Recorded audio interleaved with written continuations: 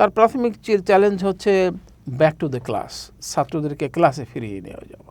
Class হচ্ছে না, কারণে অকারণে আন্দোলন হচ্ছে, মানে রাস্তা অবরোধ হচ্ছে, নানা ধরনের উপদ্রব হয়েছে। এটিকে একটি সুশৃঙ্খল পরিবেশে ফিরিয়ে নিয়ে আসা তার প্রধান কাজ। আওয়ামী লীগের 17 বছর এবং ডক্টর ইউনূসের 17 মাসকে কি এহসানুল মিলন অতিক্রম করতে পারবেন বলে মনে করেন?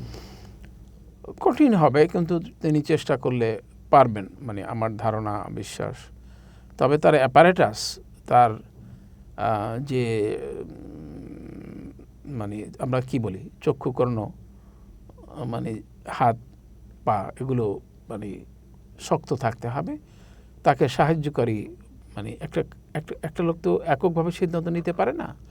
সেই সিদ্ধান্ত আসার জন্য এবং সিদ্ধান্ত কার্যকরী করার জন্য কি নানা ধরনের আমলাতন্ত্র, শিক্ষক সমাজ, বুদ্ধিজীবী শ্রেণী,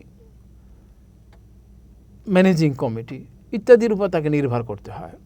এবং এই দুঃসাধ্য, কষ্টসাধ্য কাজটি তিনি ধৈর্য সহ্য এবং দূরদৃষ্টি দিয়ে করতে পারবেন বলেই আমরা আশা করতে চাই।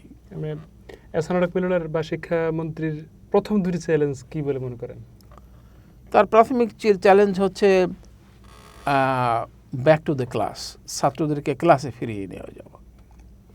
এটাই হচ্ছে তার প্রথম কাজ। ক্লাস হচ্ছে না, কারণে অকারণে আন্দোলন হচ্ছে, মানে রাস্তা অবরোধ হচ্ছে, নানা ধরনের উপদ্রব হয়েছে। এটিকে একটি সুশৃঙ্খল পরিবেশে ফিরিয়ে নিয়ে আসা তার প্রধান কাজ। শ্রেণী যদি মানে কঠিনভাবে, মানে শিক্ষা নেতৃত্বকে তিনি নির্দেশনা দিতে পারেন, ছাত্ররা যদি ক্লাসমুখ হয়, তাহলে পরে পড়াশোনামুখ হয়, পরীক্ষামুখ হয়, তাহলে পরে আস্তে আস্তে এই শিক্ষার পরিবেশটি হয়তো স্বাভাবিক হয়ে আসবে। কিন্তু গত 17 বছর আমরা যেটা দেখলাম যে পুস্তকের ভেতর অপ্রয়োজনীয় বা হিংসাত্মক যে পাঠ সংযোজন করা হয়েছিল, লেখা হয়েছিল, বা অতি প্রয়োজনীয় অধ্যায় সরিয়ে ফেলা হয়েছিল, এটার কি হবে? এটি আপনি খেয়াল করেছেন যে 17 মাসে ওই মানে ঠেলায়, হুজুরদের ঠেলায় তো মানে এটি মানে পরিত্যক্ত হয়েছে। ওই অধ্যায়গুলো এখন আর মানে বইগুলোতে নেই।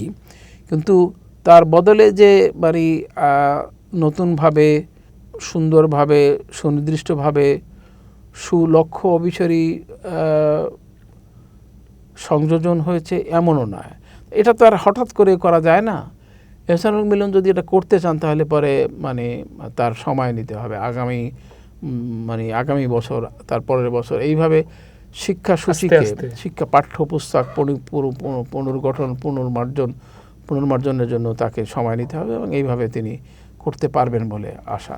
এবং সবচেয়ে বড় কথা হলো যে যদি তিনি একটা শিক্ষা কমিশন করে দেন, শিক্ষা কমিশন তাকে সহায়তা করতে পারবে যে প্রাথমিক অবস্থায় কি কি পাঠ্য থাকবে, দ্বিতীয় মাধ্যমিক অবস্থায়, উচ্চ মাধ্যমিক অবস্থায়, বিশ্ববিদ্যালয় পর্যায়ে মানে কি কি সংস্কার, কি কি পাঠ্যসূচি, কি কি কারিকুলাম বা মানে নীতিগত বা বিজ্ঞান মনস্ক কি কি বিষয় থাকবে, সেই সব বিষয়ে শিক্ষা কমিশনে নির্ধারণ করতে পারবে।